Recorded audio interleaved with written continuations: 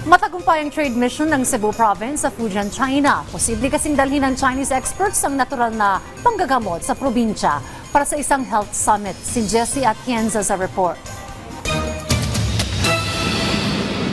4 na araw ang iginugol ng mga delegado mula sa Cebu Province sa Fujian Province, China. Para ito sa isang trade mission na pinangunahan ni Cebu Governor Gwen Garcia.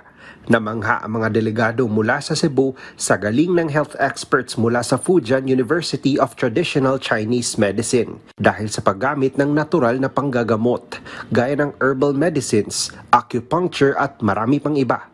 Lumagda ng Memorandum of Understanding ang dalawang lalawigan.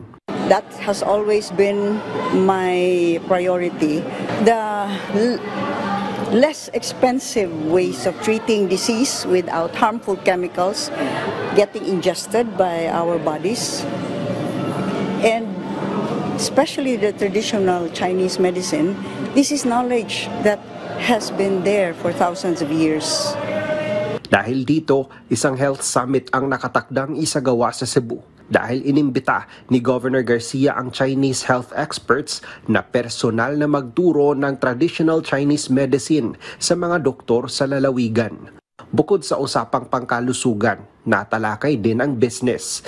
Isang kasunduan din ang nilagdaan ng business sector sa Fujian, China kasama ang Mandaue Chamber of Commerce. Tinalakay nila ang posibilidad na ibalik ang direct flights mula sa Xiamen papuntang Cebu.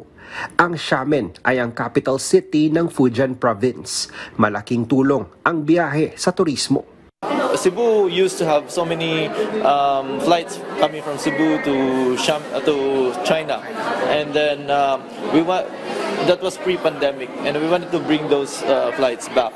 And we understand that the Chinese market is one of the biggest markets in terms of tourism arrivals, and that is why we want to bring those flights back. And there was a very thorough and productive discussion. I hope it will flourish in the next few months.